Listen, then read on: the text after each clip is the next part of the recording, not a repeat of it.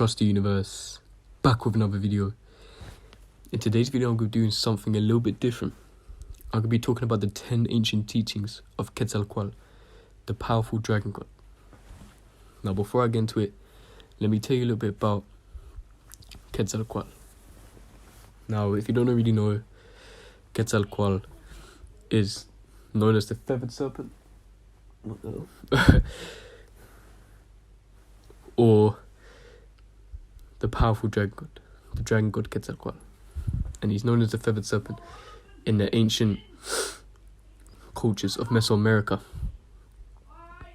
And there's a lot of things to understand me, but I'm going to get this video up. And he's known as the creator of the world and mankind. Now he's a god of life, death, rebirth, god of the wind, god of light, god of resurrection, god of arts and crafts, god of many things, god of the morning, evening star, god of the rain, god of the wind. Like I said, he's a god of many things, of a lot of things. He's a powerful dragon god, or the dragon serpent or serpent god. And Quetzalcoatl has been known all the way back to the Olmecs, with a statue of a serpent rising above a man's head, which was in La Venta in the Olmec, in an Olmec place where his statue was. And he was known as I think it was the bird monster or the serpent monster in the Olmec. He was a serpent god.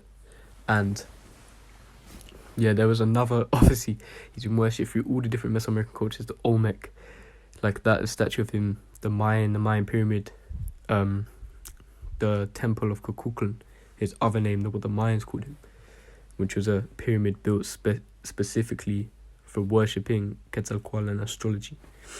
And then in Teotihuacan, the other pyramid that was specifically built for Quetzalcoatl, which has 260 heads of Quetzalcoatl, which adds up to 260, like I just said, which links to the Mayan and Aztec calendars, which have a 260-day cycle.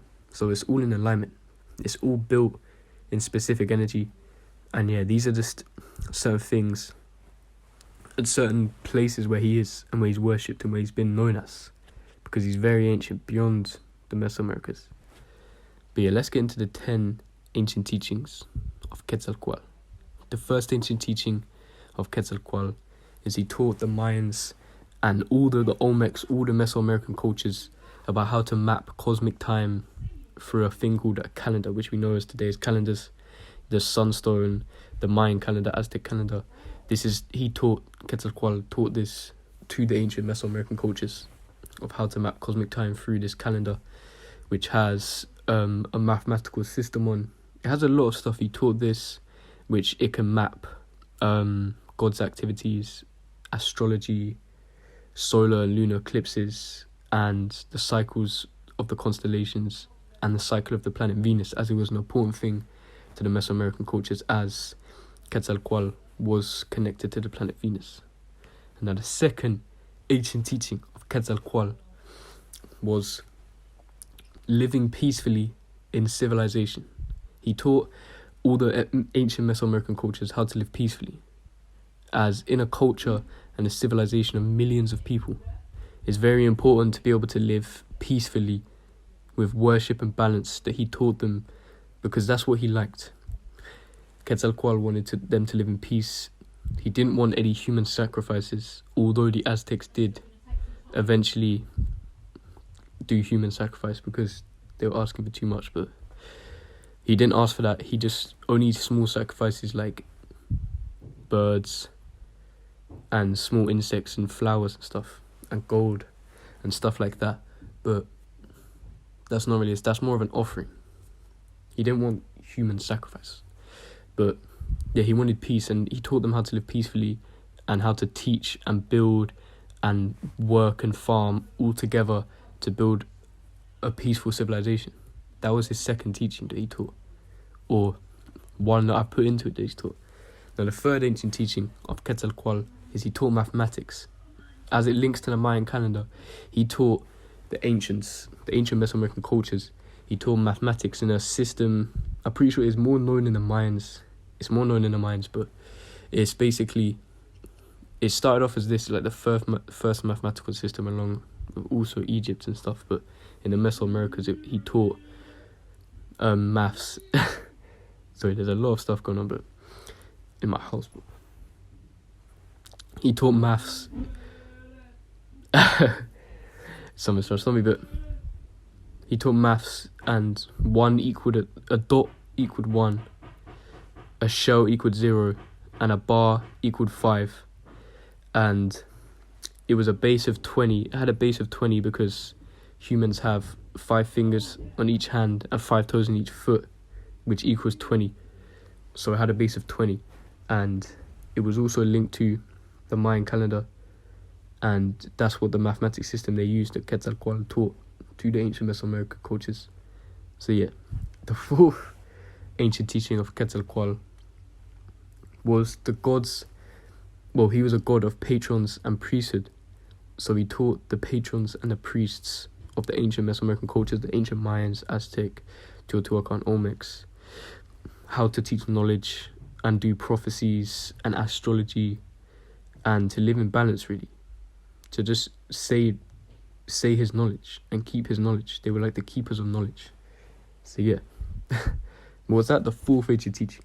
Now the fifth ancient teaching of Quetzalcoatl was life and death.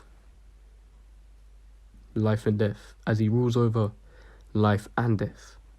He taught how to live balance as both positive and negative energy, to live in balance with those energies, and to view life and death as one energy, to view them like the yin and the yang, to view it as the same energy, because that allows your consciousness to uplift and to not fear death, because death was only you transitioning out your body, because the ancients knew they weren't that body. So that was the fifth ancient teaching. The sixth ancient teaching was obviously he taught astrology, the links with the Mayan calendar. Quetzalcoatl taught astrology to all the ancient and Mesoamerican cultures. And he taught astrology linking with the calendar using the Mayan calendar and the sky by seeing the stars, and because he was also god of the morning and even the stars, so using the stars and the Mayan calendar to just be able to map. Yeah, like I'm pretty sure I said it in the other thing, the cycles of constellations, planet Venus, and solar and lunar eclipses. And obviously on the Mayan calendar had one of the only, it was like the sun year or something. The sun year, the solar year was 365 days, but all the other years were 260. It's 260-day cycle. So yeah, he taught astrology. Now the seventh ancient teaching of Quetzalcoatl is he taught how to be peaceful within, how to live peacefully within. Also, he taught peace within the civilization, but he also taught peace and balance within, and how to evolve and ascend. And that was like a very important thing, because the ancient Mesoamericas, especially the Mayans, they were the ones that evolved a lot. They were very emotionally balanced. So he taught stability and basically transformation. As he was also a god of transformation, he taught transformation within, peace within, how to transform into your higher self, into more of your true self. So yeah, that's the seventh ancient teaching. Now the eighth ancient teaching of Quetzalcoatl is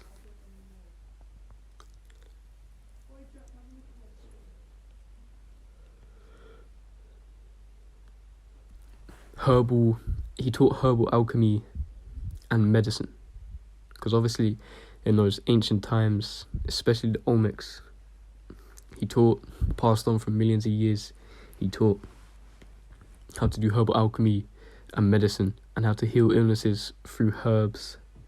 And a lot of the time they boiled them, just ate them, smoked them, snorted them, because there was a lot of more organic herbs then in the ancient times. So it was easier, and he also taught how to put them on and create ailments through, like alchemy, like mixing herbs and stuff like that. He taught that. He taught many things. basically everything in the Mesoamerican cultures. And so what am I now? the ninth ancient teaching, I think I'm on the ninth, of Quetzalcoatl, is he taught farming and agriculture, which also aligns with fertility because he was a god of fertility, and agriculture and vegetation because of the corn, the sacred plant corn, is all linked to the energies of Quetzalcoatl. So he taught agriculture and farming, how to obviously grow food, because that's a fundamental stability in life, in the physical life. You need food. So he taught how to grow food properly, which is also in alignment with the Mayan calendar. At the right times, they figured out again with the calendar. The calendar is a very important thing to figure out when to plant, when to grow foods, and it was just amazing. Like those ancient times were really amazing. He taught some amazing stuff, and he taught how to grow food.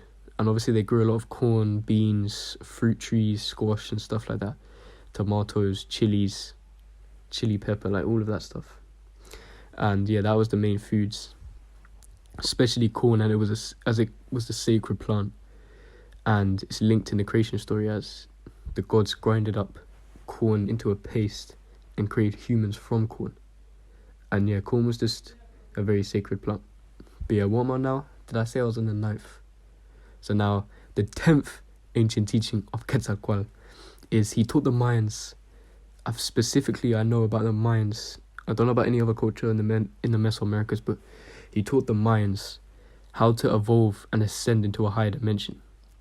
That's why the Mayans disappeared. They didn't just die off. They didn't just randomly die off. Quetzalcoatl taught them how to ascend into a higher dimension, where their whole civilization was going to ascend into the 5th dimension of light, into their ascended state, ascension into their light body and stuff, like all the different masters around the earth. And there's a lot of stuff about the higher dimensions. You're ascending into 5D, and that's literally what the Mayans did, and Quetzalcoatl taught them how to do that through the teachings, how he did that.